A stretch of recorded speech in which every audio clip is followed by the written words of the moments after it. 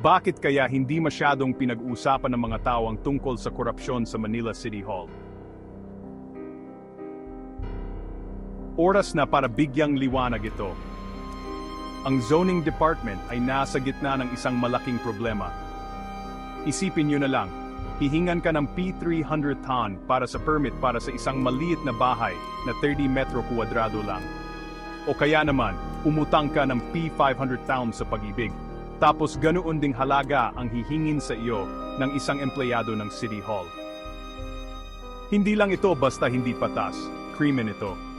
Nakita natin ang isang dating ingat yaman, si Rogelio Reyes, na nakulong dahil sa pagbubulsa ng bayad sa permit at pamemeke ng mga dokumento.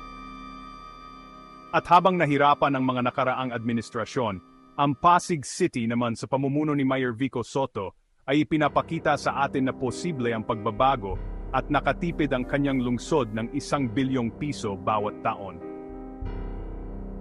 Mga Manileño, huwag kayong mawalan ng pag-asa. Nangangako kaming haharapin namin ng direkta ang mga abusong ito. Panahon na para sa pananagutan sa Manila City Hall. Manatiling maalam, manatiling mapagmatyag. Ang laban kontra korupsyon ay nagsisimula sa atin.